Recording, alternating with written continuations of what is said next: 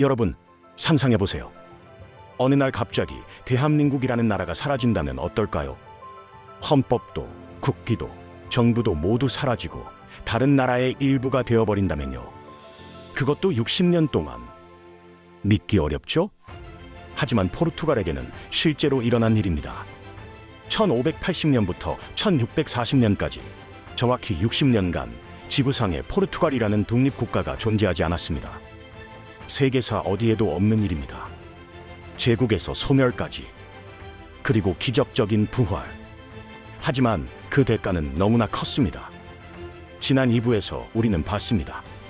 1578년 8월 4일 단 4시간의 전투가 어떻게 200년 제국을 무너뜨렸는지를요. 24세 젊은 왕 세바스티앙의 광기가 8만 명의 목숨을 앗아갔고 포르투갈 귀족 계층을 초토화시켰습니다.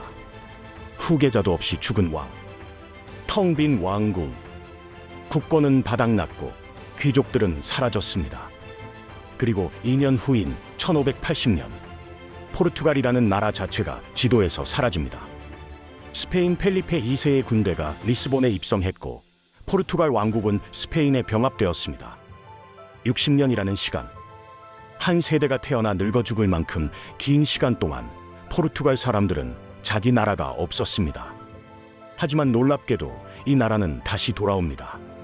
1640년 12월 1일 기적 같은 독립회복.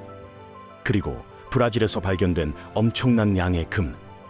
죽은 줄 알았던 제국이 불사조처럼 되살아나는 듯 보였습니다. 하지만 진짜 문제는 그 이후였습니다. 독립은 되찾았지만 잃어버린 것들은 결코 되돌아오지 않았습니다. 네덜란드가 차지한 동남아시아, 영국이 빼앗은 인도 거점, 일본에서 쫓겨난 무역권. 200년 제국이 쌓아올린 모든 것이 60년 만에 사라져버렸습니다. 게다가 1755년 리스본 대지진, 1807년 나폴레옹의 침공, 1822년 브라질의 독립까지 연속된 재앙이 포르투갈을 덮쳤습니다. 오늘은 포르투갈의 마지막 이야기를 들려드리겠습니다. 60년간 사라졌던 나라가 어떻게 다시 일어섰는지, 그리고 왜 다시는 강대국이 되지 못했는지를요. 잃어버린 것은 결코 되찾을 수 없다는 역사의 냉혹한 진실을 함께 보시겠습니다. 1580년 8월 4일 리스본 왕궁에서 한 남자가 숨을 거둡니다. 추기경 엔리케, 포르투갈의 마지막 왕이었습니다. 세바스티앙이 모로코에서 죽은 지 2년 후였죠. 66세의 늙은 추기경은 결혼도 하지 않았고 당연히 자녀도 없었습니다. 왕위 계승자가 없었습니다. 포르투갈 왕실이 끊어진 겁니다. 그리고 바로 그날 국경 너머에서 한 사람이 움직이기 시작합니다. 스페인의 펠리페 2세, 당시 세계 최강대국 스페인의 왕이었죠. 그는 포르투갈 왕위에 대한 권리가 있다고 주장했습니다. 어머니가 포르투갈 공주였으니까요. 하지만 포르투갈 귀족들은 반대했습니다. 우리는 스페인의 속국이 되지 않겠습니다. 안토니오 왕자를 옹립하며 저항을 시도했죠. 펠리페 2세는 말로 설득하지 않았습니다. 군대를 보냈습니다. 1580년 6월 스페인군 4만 명이 국경을 넘었습니다. 알바 공작이 이끄는 정예부대였죠. 포르투갈군은 저항했지만 무용지물이었습니다. 알카세르 키비르에서 대부분의 귀족과 군인이 죽었으니까요. 남은 병력으로는 스페인을 막을 수 없었습니다. 8월 25일 리스본이 함락되었습니다. 안토니오 왕자는 프랑스로 도망쳤고 포르투갈의 저항은 끝났습니다. 1581년 4월 펠리페 2세가 포르투갈 왕위에 올랐습니다. 이제 그는 스페인 왕인 동시에 포르투갈 왕이었습니다. 포르투갈이라는 나라는 법적으로 사라진 겁니다. 그런데 펠리페 2세는 포르투갈 귀족들에게 약속했습니다. 포르투갈의 자치권은 보장하겠습니다. 포르투갈은 여전히 포르투갈입니다. 단지 같은 왕을 모실 뿐입니다. 식민지도, 무역권도, 관습도 모두 그대로 유지하겠습니다. 처음에는 그 약속을 지키는 듯 보였습니다. 포르투갈어도 그대로 사용했고 리스본도 여전히 중요한 도시였습니다. 하지만 시간이 지나면서 상황이 달라졌습니다. 조금씩 천천히 포르투갈이 스페인화되기 시작한 겁니다. 중요한 직책에 스페인 사람들이 임명되기 시작했습니다. 포르투갈 귀족들은 마드리드로 이주하도록 권유받았습니다. 마드리드에 오시면 더 좋은 기회가 있습니다. 많은 귀족들이 유혹에 넘어갔습니다. 리스본은 점점 텅 비어갔고 마드리드는 더 화려해졌죠. 포르투갈어의 지위도 낮아졌습니다. 공식 문서는 스페인어로 작성되기 시작했고 궁정에서는 스페인어를 쓰는 것이 유행이 되었습니다. 리스본의 위상도 무너졌습니다. 한때 세계에서 가장 부유한 도시였지만 이제는 마드리드의 그림자에 불과했습니다. 그런데 더 큰 문제가 있었습니다. 전쟁이었습니다. 스페인은 유럽 전역에서 전쟁을 벌이고 있었습니다. 네덜란드 독립전쟁, 영국과의 전쟁, 프랑스와의 충돌, 그리고 포르투갈은 자동으로 스페인의 전쟁에 끌려들어갔습니다. 스페인의 적이 곧 포르투갈의 적이 된 겁니다. 특히 네덜란드가 문제였습니다. 네덜란드는 스페인으로부터 독립하려고 80년 전쟁을 벌이고 있었죠. 그들은 포르투갈을 스페인과 똑같이 취급했습니다. 포르투갈 식민지를 공격하자 네덜란드 상인들과 군대가 움직이기 시작했습니다. 1630년대 브라질 북동부가 네덜란드에 점령당했습니다. 페르남부크, 바이아 지역이 네덜란드 손에 넘어갔죠. 1641년 말라카가 함락되었습니다. 동남아시아 무역의 핵심 거점이었는데 말이죠. 실론, 지금의 스리랑카도 네덜란드가 차지했습니다. 일본도 포르투갈을 추방했습니다. 1639년 나가사키에서 포르투갈 상인들이 쫓겨났습니다. 너희는 이제 스페인인이 필요 없다. 영국도 가만히 있지 않았습니다. 인도의 포르투갈 거점들을 공격했죠. 60년, 단 60년 만에 포르투갈이 200년간 쌓아올린 해양 제국이 무너졌습니다. 아시아의 향신료 무역, 아프리카의 거점, 브라질의 일부까지 모든 것이 네덜란드와 영국에게 넘어갔습니다. 포르투갈 사람들은 분노했습니다. 이건 우리 전쟁이 아닌데 왜 우리가 대가를 치러야 하는가? 스페인 때문에 우리 제국을 잃었다. 하지만 어쩔 수 없었습니다. 포르투갈은 더 이상 독립국가가 아니었으니까요. 리스본의 거리를 걷던 사람들은 한숨을 쉬었습니다. 할아버지 세대는 기억했습니다. 리스본 항구에 아시아의 보물이 가득했던 시절을요. 하지만 이제 그 영광은 사라졌습니다. 항구는 한산했고 부는 마드리드로 흘러갔습니다. 포르투갈이라는 이름은 남아있었지만 실체는 없었습니다. 지도에는 포르투갈이 그려져 있었지만 그건 그림일 뿐이었습니다. 60년, 한 세대가 태어나 늙어 죽을 만큼 긴 시간, 포르투갈 사람들은 자기 나라 없이 살아야 했습니다. 하지만 그들은 잊지 않았습니다. 우리는 포르투갈 사람이다. 언젠가 우리나라를 되찾을 것이다. 그 희망의 불씨는 꺼지지 않았습니다. 그리고 1640년 기적이 일어납니다. 1637년 어느 날 밤 리스본의 한 저택에서 비밀 모임이 열렸습니다. 촛불 하나만 켜진 어두운 방에 40명의 포르투갈 귀족들이 모였습니다. 그들은 스페인 첩자가 들을까봐 목소리를 낮췄죠. 한 사람이 일어섰습니다. 브라간사 가문의 수장 주한 공작이었습니다. 포르투갈 왕실의 먼 친척이기도 했죠. 그는 말했습니다. 60년 가까이 스페인의 지배를 받으면서 제국을 잃었으니 이제 행동할 때라고요. 귀족들은 긴장했습니다. 이 말이 무엇을 의미하는지 모두 알았으니까요. 반역, 쿠데타, 발각되면 전원 처형입니다. 하지만 주왕공작은 확신에 차 있었습니다. 스페인은 30년 전쟁으로 재정이 파탄났고 카탈루냐 반란으로 약해진 상태였습니다. 지금이 아니면 기회가 없다는 판단이었죠. 3년간 비밀리에 준비했습니다. 무기를 모으고 동지를 규합했으며 왕궁 경비대 안에도 내통자를 심었습니다. 모든 것이 철저한 비밀 속에 진행되었습니다.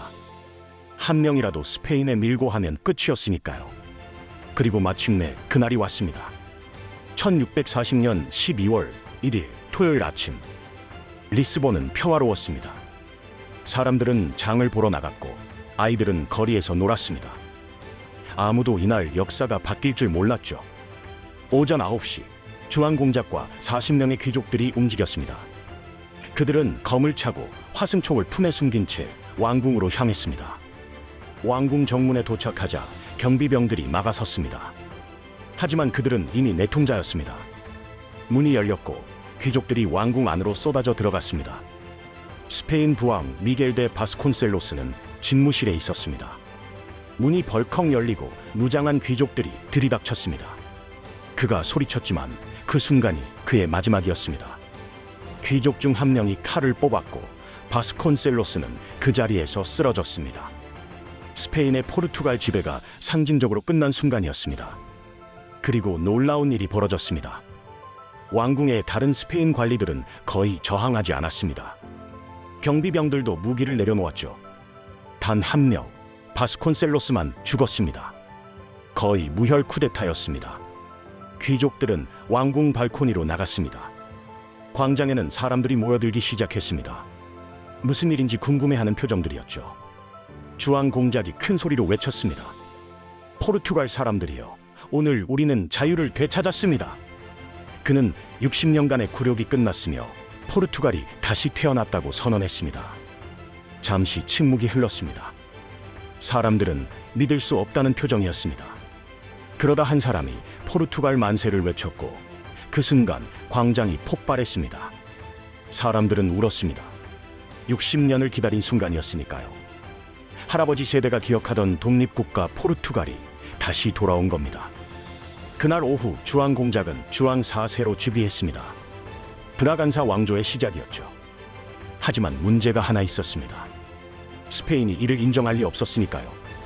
마드리드에서 소식을 들은 스페인 왕 펠리페 4세는 분노했습니다. 그는 반역자들을 모두 처형하고 포르투갈을 다시 정복하라고 명령했습니다. 하지만 스페인에게는 문제가 많았습니다. 30년 전쟁이 아직 끝나지 않아 독일, 프랑스, 네덜란드와 동시에 싸우고 있었습니다. 카탈루냐에서는 1640년에 대규모 반란이 일어났고 재정은 파탄 직전이었습니다. 포르투갈까지 신경 쓸 여유가 없었던 겁니다. 하지만 스페인은 포기하지 않았습니다. 1640년부터 1668년까지 28년간 포르투갈 독립전쟁이 계속되었습니다. 스페인군이 여러 차례 침공했지만 포르투갈은 막아냈습니다. 주왕 4세는 외교에 집중했습니다. 1661년 영국의 찰스 2세와 동맹을 맺었습니다. 조건은 가혹했습니다. 영국 공주와 포르투갈 왕자의 결혼, 그리고 봄바이를 영국에 양도하는 것이었죠. 하지만 독립을 위해서라면 어쩔 수 없었습니다. 프랑스도 스페인의 적이었기에 포르투갈을 지원했습니다. 이런 외교 덕분에 포르투갈은 버틸 수 있었습니다. 1668년 2월 13일 마침내 스페인이 포르투갈의 독립을 공식 인정했습니다. 리스보아 조약이 체결된 겁니다. 28년간의 전쟁이 끝났고 60년 만에 포르투갈은 진짜 독립국가가 되었습니다. 리스본의 거리는 다시 한번 축제 분위기가 되었습니다. 사람들은 눈물을 흘리며 포르투갈이 다시 살아났다고 외쳤습니다. 하지만 기쁨 속에서도 쓴 현실이 있었습니다. 독립은 되찾았지만 잃어버린 제국은 돌아오지 않았습니다. 네덜란드가 차지한 동남아시아, 영국이 빼앗은 인도 거점, 일본에서 쫓겨난 무역권, 모든 것이 이미 사라져버렸습니다. 남은 것은 브라질과 아프리카의 일부뿐이었습니다. 한때 전 세계를 호령하던 해양 제국은 이제 역사 속으로 사라졌습니다. 독립의 기쁨은 달콤했지만 그 대가는 너무나 컸습니다. 60년의 공백은 결코 메울 수 없었습니다. 하지만 포르투갈 사람들은 희망을 잃지 않았습니다. 아직 브라질이 있으니 거기서 다시 시작하면 된다고 생각했죠. 그들은 몰랐습니다. 브라질이 곧 포르투갈을 구할 것이라는 사실을요. 땅속 깊은 곳에 묻힌 엄청난 양의 금이 발견될 거라는 사실을 말이죠. 1695년 어느 날 브라질 내륙 깊숙한 곳에서 한 무리의 탐험가들이 강을 건너고 있었습니다. 그들은 파울리스타, 상파울루 출신의 모험가들이었죠. 금을 찾아 수개월째 정글을 헤매던 중이었습니다. 그런데 한 사람이 강바닥에서 반짝이는 무언가를 발견했습니다. 금이었습니다. 처음에는 작은 조각 몇 개에 불과했습니다. 하지만 더 파보니 놀라운 광경이 펼쳐졌습니다. 강바닥 전체가 금으로 뒤덮여 있었던 겁니다. 소식이 퍼지자 사람들이 몰려들기 시작했습니다. 그곳의 이름은 미나스 제라이스였습니다. 포르투갈어로 일반 광산이라는 뜻이었지만 실제로는 전혀 일반적이지 않았습니다. 18세기 전반 50년가 이곳에서 발견된 금의 양은 상상을 초월했습니다. 당시 전 세계 금 생산량의 절반 이상이 브라질에서 나왔습니다. 역사가들은 약 1000톤 이상의 금이 채굴되었을 것으로 추정합니다. 그 금은 모두 어디로 갔을까요? 대서양을 건너 리스본으로 향했습니다. 리스본 항구에는 브라질에서 온 배들이 끊임없이 도착했습니다. 금괴를 실은 수레들이 왕궁으로 향했죠. 거리는 다시 활기를 띠기 시작했습니다. 상인들이 돌아왔고 건축 붐이 일었습니다. 포르투갈은 다시 부유해졌습니다. 특히 주왕 5세 왕은 이 황금을 아낌없이 썼습니다. 그는 자신을 태양왕 루이 14세와 비교하고 싶어 했고 포르투갈의 위대함을 보여주고 싶었죠. 1717년 그는 마프라 궁전 건설을 명령했습니다. 리스본 북쪽 30km 지점에 세워진 이 궁전은 어마어마한 규모였습니다. 1200개의 방, 156개의 계단, 29개의 안뜰을 갖춘 거대한 건축물이었습니다. 건설에 13년이 걸렸고 4만 5천 명의 노동자가 투입되었습니다. 브라질 금으로 만든 화려한 장식들이 궁전을 뒤덮었습니다. 리스본 곳곳에도 바로크 양식의 건축물들이 들어섰습니다. 금박으로 장식된 교회들, 화려한 광장들, 웅장한 기념비들이 세워졌습니다. 18세기 초 리스본은 다시 한번 유럽에서 가장 부유한 도시 중 하나가 되었습니다. 포르투갈 사람들은 희망을 되찾았습니다. 제국은 잃었지만 브라질이 있으니 충분하다고 생각했죠. 하지만 여기에는 치명적인 문제가 있었습니다. 포르투갈은 금을 쓰기만 했지 진짜 발전에는 투자하지 않았던 겁니다.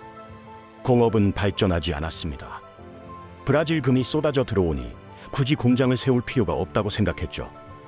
필요한 제품은 영국과 프랑스에서 사면 그만이었습니다. 농업도 개혁되지 않았습니다. 땅은 여전히 소수 귀족들이 독점했고 농민들은 중세 때와 똑같은 방식으로 농사를 지었습니다.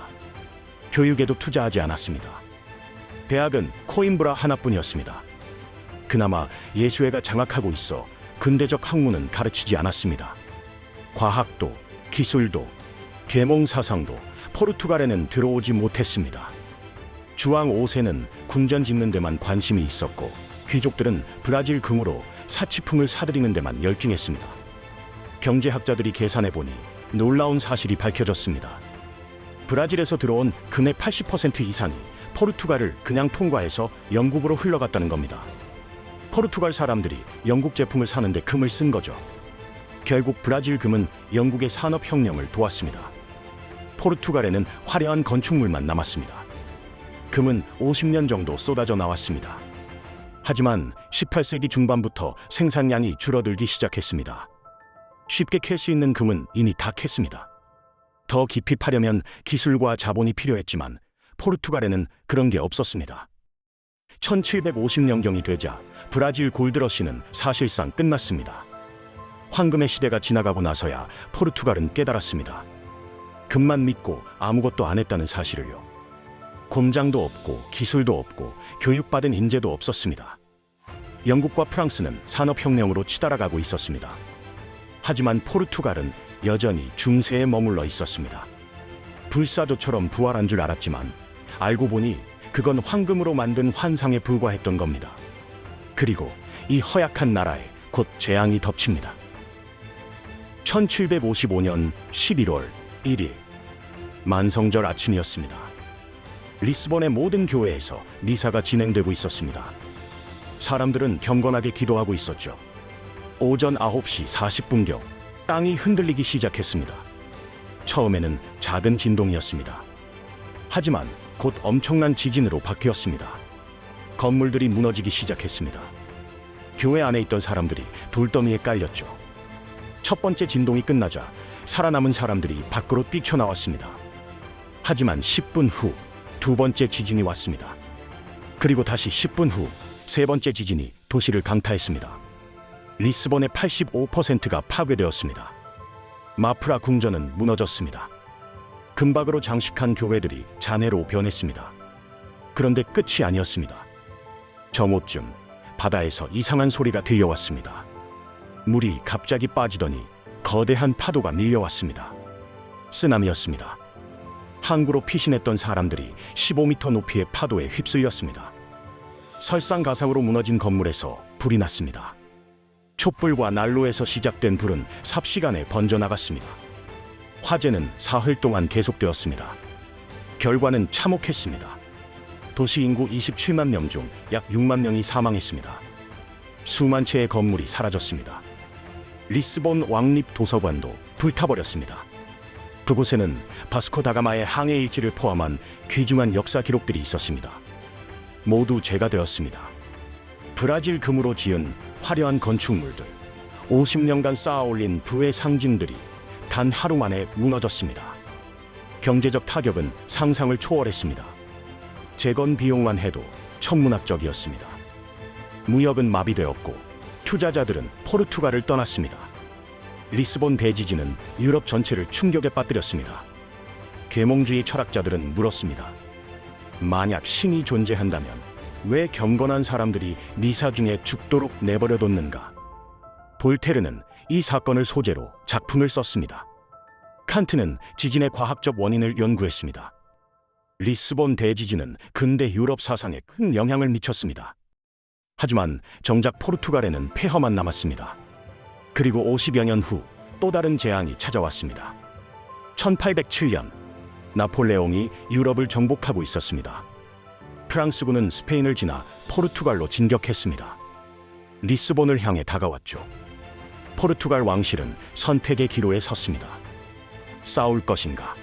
도망칠 것인가? 11월 29일 왕실은 결정을 내렸습니다. 도망치기로 한 겁니다. 주왕 왕세자와 왕실 가족 전원, 귀족 1만 5천 명이 배를 탔습니다. 그들은 브라질로 향했습니다. 리우데자네이루에 새 궁전을 세웠습니다. 유럽 역사상 유일하게 왕실 전체가 식민지로 도망친 사례였습니다. 본토는 프랑스군에게 점령당했습니다. 1807년부터 1811년까지 4년간 포르투갈 사람들은 프랑스 지배 아래 살아야 했습니다.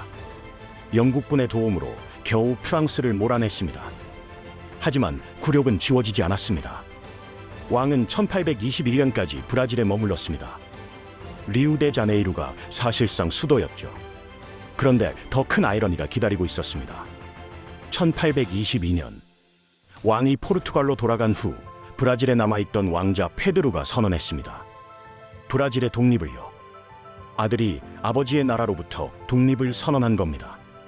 포르투갈은 마지막 희망마저 잃었습니다. 브라질 없이 포르투갈은 그저 유럽 변방의 작은 나라에 불과했습니다.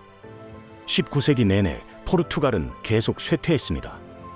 아프리카에 앙골라와 모잠비크가 남아 있었습니다. 하지만 영국과 독일의 압력에 시달렸죠. 경제는 발전하지 못했습니다. 정치는 불안정했고 쿠데타가 반복되었습니다. 20세기에 들어서도 상황은 나아지지 않았습니다. 1926년 군사 쿠데타가 일어났습니다. 1932년부터는 살라자르가 독재를 시작했습니다. 그는 1968년까지 36년간 포르투갈을 철권 통치했습니다. 아프리카 식민지를 유지하려고 전쟁을 벌였죠. 포르투갈은 유럽에서 가장 가난하고 낙후된 나라가 되었습니다. 1974년 4월 25일 군인들이 일으킨 카네이션 혁명으로 독재가 끝났습니다. 아프리카 식민지들도 독립했습니다. 마침내 포르투갈은 민주주의 국가가 되었습니다. 하지만 500년 제국의 영광은 완전히 사라진 뒤였습니다. 지금 포르투갈은 평화롭고 아름다운 나라입니다. 하지만 한때 세계를 지배했던 제국의 흔적은 박물관과 기념비에만 남아 있습니다. 포르투갈의 이야기는 우리에게 무엇을 가르쳐 줄까요? 첫째, 잃어버린 것은 결코 돌아오지 않습니다. 1580년 스페인에 병합된 순간 포르투갈은 60년을 잃었습니다. 1640년 독립은 되찾았지만 그 사이 네덜란드와 영국이 가져간 제국은 돌아오지 않았습니다. 동남아시아의 향신료 무역, 인도의 거점들, 일본과의 교역, 모두 영원히 사라졌습니다. 역사에서 시간은 멈춰지지 않습니다. 당신이 없는 사이 세상은 계속 돌아갑니다. 둘째, 자원만으로는 나라를 지킬 수 없습니다. 브라질 금은 50년간 쏟아져 들어왔습니다. 하지만 포르투갈은 그 금으로 궁전만 지었습니다. 공장을 세우지 않았습니다. 학교를 짓지 않았습니다. 기술을 개발하지 않았습니다. 금의 80%가 영국으로 흘러가 영국의 산업혁명을 도왔습니다. 포르투갈에는 화려한 건축물만 남았죠. 자원의 저지입니다. 쉬운 돈이 들어오면 사람들은 게을러집니다. 진짜 발전을 위한 노력을 멈추게 됩니다. 셋째, 재앙은 혼자 오지 않습니다. 1755년 지진으로 리스본이 무너졌습니다. 1807년 나폴레옹이 쳐들어왔습니다. 1822년 브라질이 독립했습니다. 약해진 나라에는 재앙이 연달아 찾아옵니다. 한 번의 타격에서 회복하지 못하면 다음 타격은 더 치명적입니다. 포르투갈은 결국 일어서지 못했습니다. 넷째, 과거의 영광은 현재를 보장하지 않습니다. 포르투갈은 한때 세계 최강국이었습니다. 바스코 다가마가 인도 항로를 열었습니다. 마젤란이 세계를 일주했습니다. 하지만 그 영광이 무슨 소용입니까? 18세기 포르투갈은 유럽의 변방국가였습니다. 20세기 포르투갈은 유럽에서 가장 가난한 나라 중 하나였습니다. 역사책에 기록된 영광은 오늘의 밥을 먹여주지 않습니다. 중요한 건 지금 이 순간 무엇을 하고 있느냐입니다. 다섯째, 선택의 순간은 반드시 옵니다. 1578년 세바스티앙은 모로코 침공을 선택했습니다. 결과는 재앙이었습니다. 1640년 귀족들은 쿠데타를 선택했습니다. 결과는 독립이었습니다. 1807년 왕실은 도망을 선택했습니다. 결과는 굴욕이었습니다. 역사의 분기점에서 어떤 선택을 하느냐가 그 나라의 운명을 결정합니다. 한 번의 잘못된 선택이 수백 년을 좌우할 수 있습니다. 포르투갈은 우리에게 이렇게 말합니다. 잃어버린 시간은 되돌릴 수 없고 자원만으로는 부족하며 재앙은 연달아 오고 과거의 영광은 무의미하며 선택의 순간은 반드시 온다고 말이죠. 우리는 지금까지 포르투갈의 500년 역사를 함께 걸어왔습니다. 일부에서는 프레스터존의 전설을 믿고 대항해 시대를 연 포르투갈을 봤습니다. 바스코 다가마가 인도로 가는 길을 열었고 작은 나라가 세계 최강국이 되었습니다. 2부에서는 알카세르 키비르의 재앙을 봤습니다. 젊은 왕 세바스티앙의 무모한 꿈이 어떻게 나라 전체를 파멸로 이끌었는지 보았습니다. 그리고 3부에서는 죽음과 부활, 그리고 다시 못락하는 포르투갈을 봤습니다. 60년간 지도에서 사라졌다가 기적처럼 돌아왔지만 이미 잃어버린 것은 너무 많았습니다. 브라질 금으로 잠깐 화려했지만 진짜 발전은 없었습니다. 지진과 전쟁, 그리고 독립으로 이어진 재앙 속에서 포르투갈은 결국 일어서지 못했습니다. 한 나라의 흥망성쇠는 이렇게 극적입니다. 15세기에는 세계를 지배했지만 20세기에는 유럽의 변방 국가가 되었습니다. 영광과 몰락 사이에는 단 한두 세대밖에 걸리지 않았습니다. 하지만 포르투갈은 여전히 존재합니다. 지금은 평화롭고 아름다운 나라입니다. 리스본 항구에는 발견 기념비가 서 있습니다. 바스코 다가마, 마젤란, 엔리케 항해 왕자의 조각상이 바다를 바라보고 있죠. 과거의 영광을 기억하지만 그것에 매달리지 않습니다. 현재를 살아가는 포르투갈 사람들은 알고 있습니다. 역사는 교훈을 주지만 미래는 스스로 만들어가야 한다는 것을요. 포르투갈의 이야기는 끝났습니다. 하지만 우리가 배운 교훈은 여전히 유효합니다. 시간은 기다려주지 않고 자원만으로는 부족하며 재앙은 연달아 오고 과거의 영광은 무의미하며 선택의 순간은 반드시 옵니다. 지금 우리가 서 있는 이 순간도 훗날 누군가의 역사가 될 것입니다. 어떤 선택을 하시겠습니까? 여기까지 숨겨진 세계사 포르투갈 편이었습니다. 긴 여정 함께 해주셔서 감사합니다.